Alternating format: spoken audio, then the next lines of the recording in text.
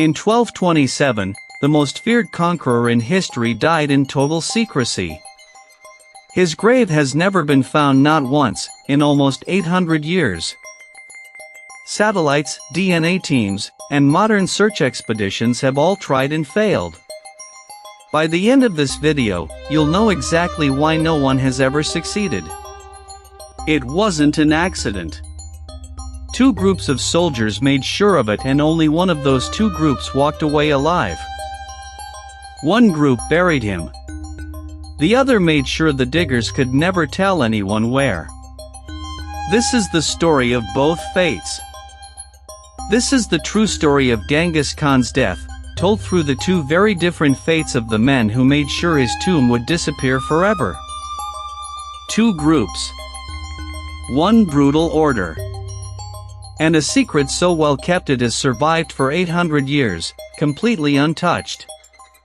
By August of 1227, Genghis Khan had built the largest connected land empire the world had ever seen, stretching across Asia.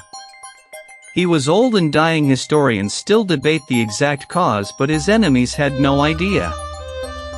He was in the middle of crushing the kingdom of Western Xia, his last major campaign. If his own soldiers learned their leader was dying, the siege itself could collapse. So his commanders made a brutal decision.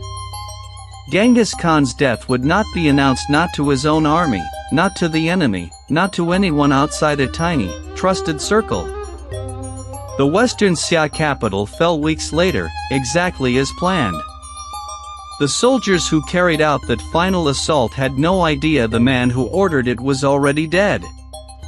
Much of what we know comes from the secret history of the Mongols, the oldest surviving Mongolian text, written by an anonymous chronicler close to the Mongol court not long after Genghis Khan's death. His body was wrapped, hidden inside a covered cart, and prepared for one final journey. The plan was to carry him well over 1,000 miles back to the Mongolian homeland, in total silence. That journey would take weeks, crossing scorching deserts, mountain passes, and open steppe under the summer sun. Every single mile of it had to stay hidden from every stranger they met. And that's exactly where the killing really began. Not at the grave. Not at the burial. The first fate was decided on the road home, long before anyone reached the sacred mountain. According to Mongol tradition and later accounts recorded by outsiders, the funeral procession followed one strict order: anyone they encountered on the road home, anyone at all, had to die. Farmers working their fields. Merchants leading trade caravans. Entire families camped along the route. If they saw the procession pass, soldiers killed them on the spot, with no exceptions made for anyone. Some later accounts, including versions passed down through Mongol oral tradition, claim the death toll reached into the thousands. Historians can't confirm an exact number, but the pattern shows up again and again. Decades later, the explorer Marco Polo traveled through the Mongol Empire and recorded a similar custom for the funerals of Mongol emperors, lending weight to the oral traditions passed down by the Mongols themselves. Picture two men living along that same road, in that same week. One steps outside his tent to see the riders pass by out of pure curiosity. The other man stays inside, minding his own business, never even glancing outside. The curious one is dead within minutes. The cautious one never even learns how close death actually came. That's the pattern that repeats through this entire story, over and over. Proximity to the secret decided who lived and who died, all the way from the open road to the grave itself. Weeks later, after crossing deserts and mountains, the procession finally reached Mongolia's sacred heartland. The body of the greatest conqueror in history was home. Now came the hardest part of the entire plan. Historians believe the burial site lies near Burkhan Khaldun, a mountain Genghis Khan considered sacred since his youth, when he hid there from enemies and swore it would be his final resting place. According to Mongol legend passed down through generations, to bury him here in complete secrecy, the commanders split their most trusted men into two separate groups, each one given a completely different job to carry out that night.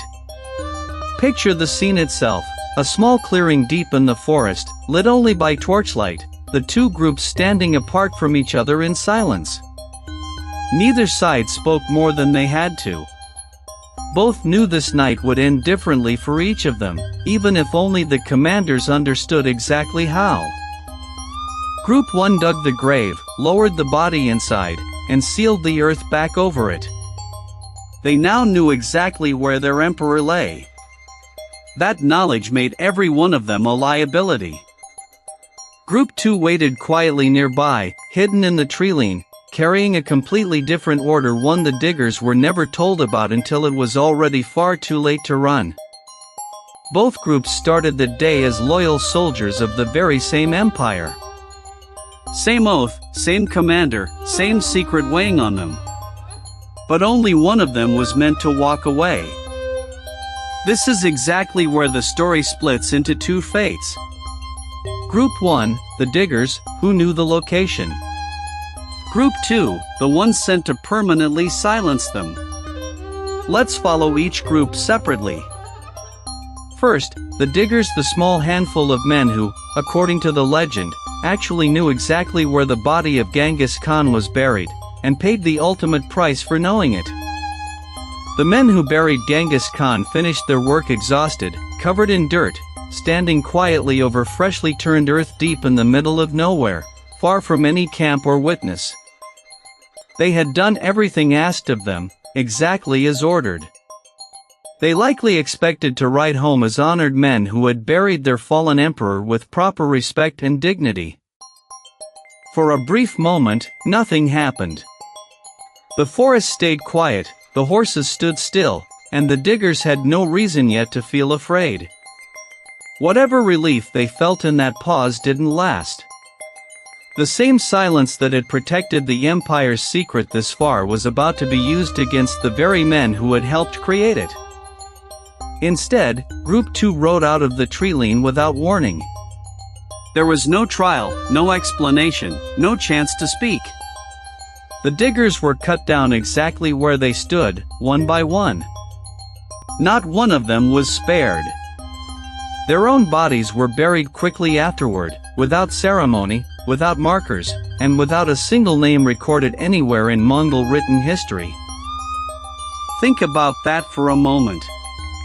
These men carried out the single most important task in the entire empire, and history doesn't remember a single one of their actual names.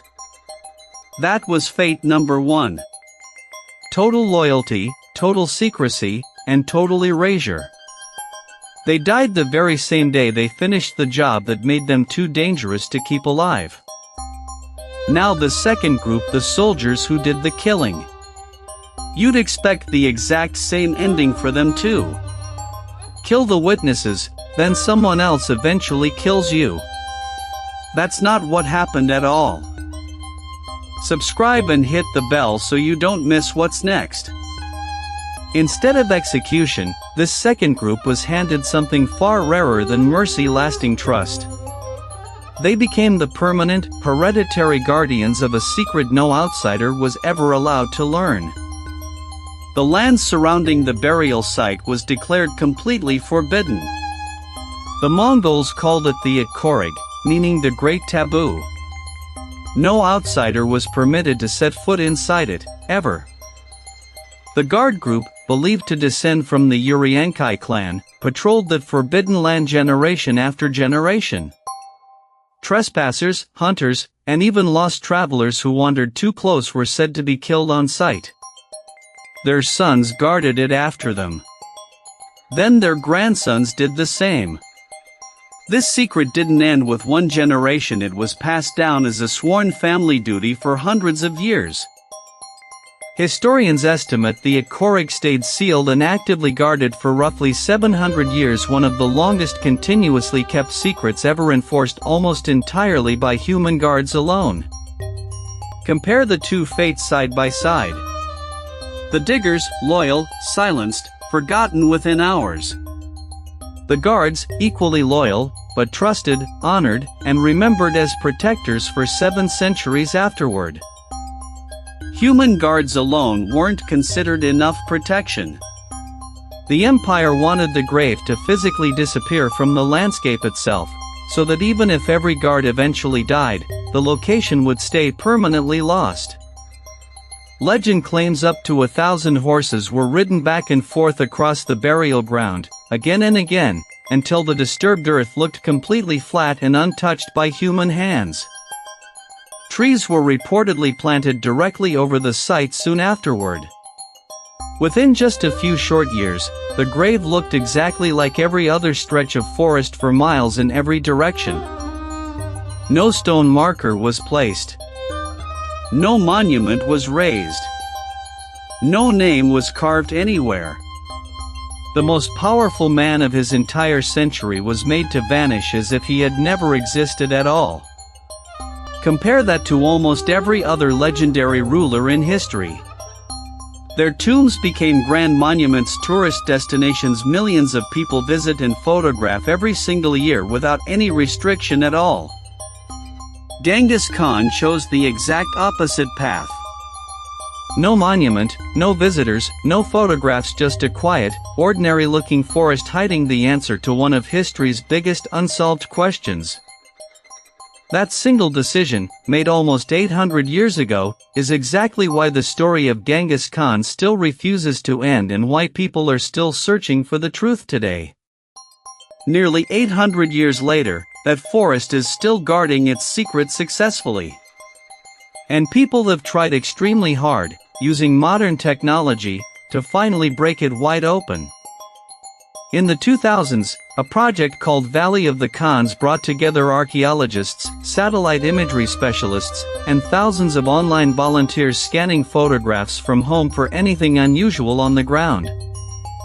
Low-flying aircraft scanned remote mountain ridges. Ground-penetrating radar checked carefully beneath the soil and promising spots. Every single hopeful signal eventually turned into just another dead end.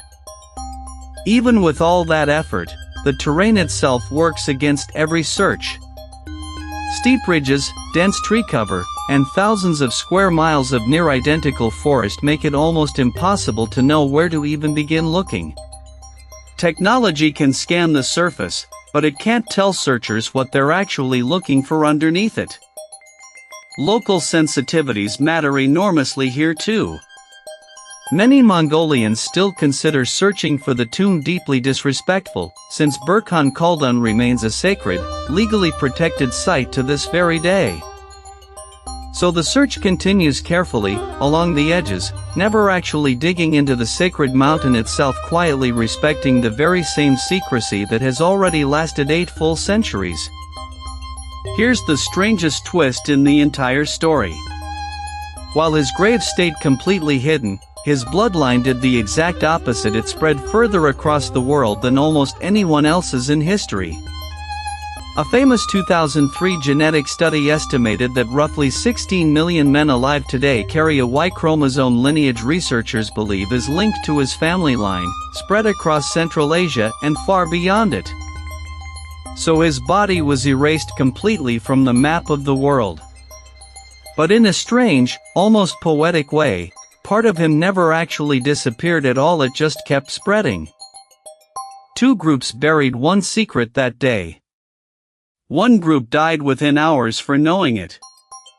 The other guarded it for 700 years. Would you want that grave found or left alone forever? Tell us below.